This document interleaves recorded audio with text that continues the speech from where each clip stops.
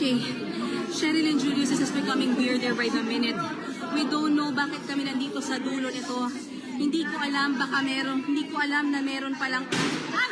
Oh my God! Oh my God! May nagpaputok! Oh my God! Oh my God! Oh my God! Oh my God! Oh my God! Naka-armas na rin! Naka-armas! Yung People's Army. Pero ito, superior doon kay President Duterte. And Hindi na tayo membro ng ICC.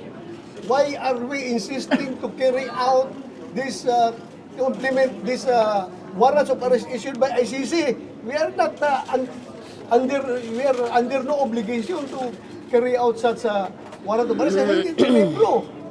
Pero ang klaro dyan, lahat ito ay politika.